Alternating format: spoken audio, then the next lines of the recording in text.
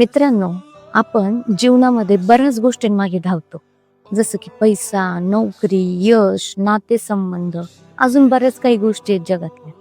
पण मत्तयाचा 6वा अध्याय आणि 33वा वचन सांगतं, प्रथम देवाचं राज्य आणि त्याचा न्याय शोधा, तर बाकी सगळ्या गोष्टी तुम्हाला जोडून मिळतील.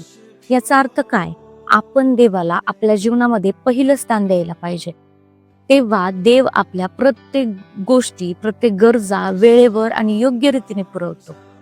कधी आपण काळजी करतो, माझं कसं होईल, माझी प्रार्थना ऐकली जाईल की नाही, मी करतोय पण ते पार पडेल की नाही, आपण ह्या गोष्टीचा विचार करतो. एक गोष्ट लक्षात ठेवा, ज्या वेळेस आपण परमेश्वरावर विश्वास ठेवतो, प्रभू येशूवर आपण विश्वास ठेवतो, आपल्या आयुष्यातील जे दरवाजे, बंद दरवाजे असतात ते उघडले जाते. परमेश्वर आपल्यासाठी ते दार उघडतो.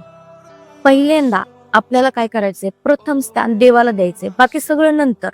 कारण जर देव आपल्या सोबत आहे तर आपल्याला सर्व गोष्टी न मागता योग्य वेळेस तो आपल्याला पुरवतो.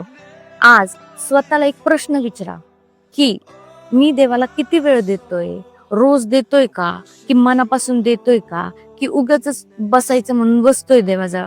आज हा प्रश्न तुम्ही देवाजवळ विचारा आणि निर्णय घ्या की मी माझ्या जीवनामध्ये प्रथम स्थान त्या परमेश्वराला देईल. जर तुम्हाला मान्य असेल आणि तुम्ही हे करणार असाल तर कमेंट बॉक्समध्ये लिहा की देवा, मी आज तुला प्रथम स्थान देईल. God bless you.